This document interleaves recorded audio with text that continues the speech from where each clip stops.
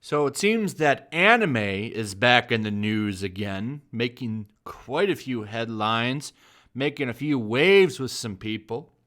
It's always people from other countries that want Japan to stop doing things their way. Can't you just make a few changes here and there, oh Mr. and Mrs. Japan? Can't you just tone it down a little bit? It's always funny to me, you know. And then you have the crazy people on Twitter that want to put their 2 cents in, and outlets like CBR where they want to try to change things. It's always funny to watch. But this is a little bit more concerning. So you've got a Japanese senator in front of all of his peers, pretty much slandering the entire medium. And I know it just says in this headline here, he's calling for a review of all Japanese anime and manga, but he's calling for an immediate ban as well. And I also want to point out that Australia, the people of Australia, I don't know about. I know a lot of really cool Australians. It seems mostly the government of Australia is super woke. I've seen a lot of really crazy stuff come out of Australia since I've been in YouTube and, looking for some funny stuff to cover.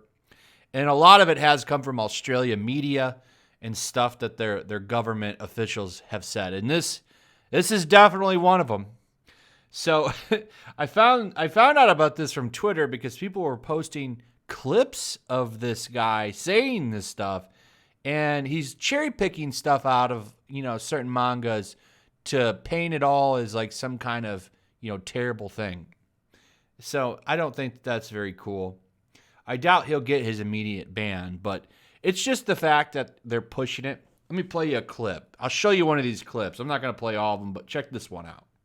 Like the series Goblin Slayer, which I have to say in my office we showed to a number of people today, and they were absolutely horrified. In Goblin Slayer, children are often portrayed as frightening or resisting, but they are also shown as enjoying it. And as I've said, experts say that pedophiles are using this material to groom children. Have a look at this. This is normal. So I had to cut a few words out of there to save the video, but one of the claims he's making there is that P to the E to the D to the O's are using Goblin Slayer for grooming. And he was making all kinds of wild statements like that during all of his little speeches that he was giving. It's insane. And it's crazy to me because he's taking all this stuff and making it sound like that's what it's all about. And it's not. So it's just crazy to see this. And, you can ban it from Australia if you want there, guy, but it's not going to stop people from watching it. If anything, you know what you're going to do is you're going to make a Streisand effect and cause people to go download it more now. It's insane. So you're going to make it more popular with your jackassery. So I guess that is going for you. I got some quotes here. Let's go ahead and look at this one.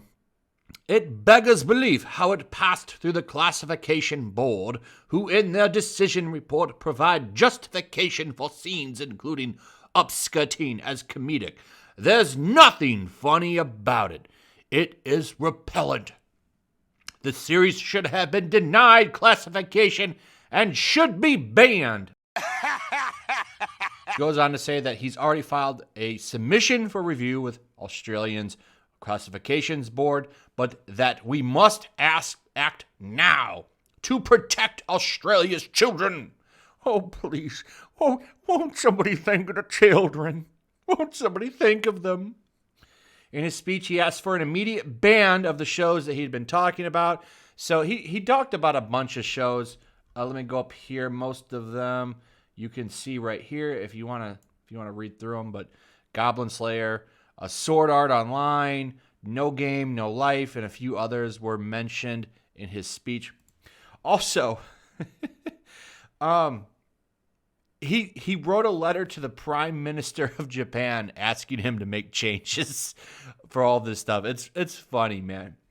Australia, I don't know what is going on over there. If I have Australian viewers of this channel, please tell me, is this a big problem over there? Because I always see always see articles coming out from Australian outlets, and there's so much woke stuff going on over there. I'm surprised they even have anime or manga over there because, well, it doesn't fit for the PC crowd very well, and that's, of course, always been a problem for them. But this is the first time I've ever seen a public official stand in front of all of his peers and demand that they ban Japan anime. So this is pretty, not too concerning, but still kind of a concern, because if it's getting this kind of bad attention in Australia, I don't see it being very long until other outlets start talking about it. You've already had the presidency in the U.S. here talking about, maybe we should take a closer look at them video games, and those are pretty violent and bad. So we're already bringing that rhetoric back. How far along is it until you see senators in America talking about this, or in other countries? It probably, it just depends until one of them comes across it, like this guy did. Somebody slid him a book and he looked at it and got all outraged. Doesn't really understand the context or what's going on in there. He's just going to see a couple of things and go crazy. At the end of the day, anything that's happening in manga or anime are just drawings. They're not real people. I've never had a problem with what goes on in manga or anime with anything, because they're not real people. You're not hurting anybody. Okay? So, I don't know. I find this interesting. But this isn't the only thing going on. We actually have people debating now, should anime be woke to appeal to these markets? Saw this from Sora News, who just kind of talk about this objectively. They don't really put too much of their own opinion on this, which I liked, but they do cover it. They call it Twitter debates. And it's people going back and forth and asking, should we make anime and manga a little more PC to appeal to outside markets? No. The only people you're appealing to is weirdos on Twitter. That's it. And these people have proven time and time again that they don't support anything. They don't buy anything. They're not real consumers. All they are destroyers. That's all they do. So no, I 100% disagree. You should keep it how it is. You should keep it open and a place for creative expression, because what makes it so popular is its difference in everything else. This is a unique platform. You don't see storytelling like that from other markets. It's what makes it special, What makes it special is what it is. So I don't think they should make it woke. If anything, when you're restricting people's creativity with these weirdo woke guidelines, in my opinion, it destroys the storytelling. There's nothing wrong with inclusion and diversity and stuff like that, but you should do it so that it feels natural.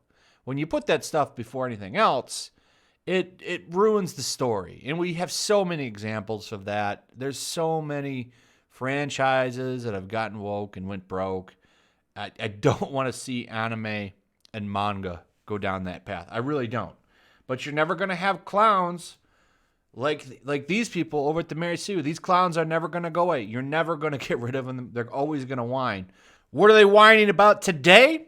Well, they're a little upset, a little mad, because, Nerdist went to the premiere for Heroes Rising, which is the new My Hero Academia movie, if you don't know. It's out in theaters right now. You can see it in select theaters. And Chris Sabat, gets asked a question. Who'd you like to see Midoriya? Who'd you like to see play Midoriya? And he says a combination of George Clooney and The Rock, which sounds stupid. And then you ask Justin Briner, he gives a more direct answer. He says Tom Holland, which is a lot better than Chris Sabat's weirdo answer. But regardless, this isn't a real movie that's happening. These are theoretical questions that somebody's asking them. So what happens? Well, this pisses off Mary Sue, and they write a huge article. How dare you give that opinion? These people, I don't know what's wrong with them. All I know is I want them to go away. Go away, please. Because I'm not a fan of censorship. That's what all of this is. I don't want to see Australia ban Japanese anime, but it could happen. And then, it happens there. All of these people like to talk. Next thing you know, you see other countries bringing it up. Well, if it won't get woke, we'll just get it out of here. And that's kind of scary. So anyway, either way, it ain't going to stop fans from translating stuff, doing fan subs, fan translations. The stuff's not going to go anywhere, but it's just the idea. You'll get rid of that, well, then something else will go. Then all you got left is your garbage Hollywood entertainment, which is trash. Anyway, that's it, guys. Let me know your thoughts on this. What do you think? Is this crazy to you? Let me know about Australia. What do you think about them? Also, make sure you share the video. Throw a like up. Always good stuff there. Make sure you're still subscribed. Subscribe if you're new. Hit that notification bell, and I'll see you guys on the next one. Peace. Also, if you want to help support the channel, check out my Teespring store. There's a link in the description. You can find some merchandise in there that you might want to check out. Also, take a moment. Make sure you're still subscribed to the channel. There's something going on right now, and they've been unsubscribing people. So just take a second and double check on that, and subscribe if you're new.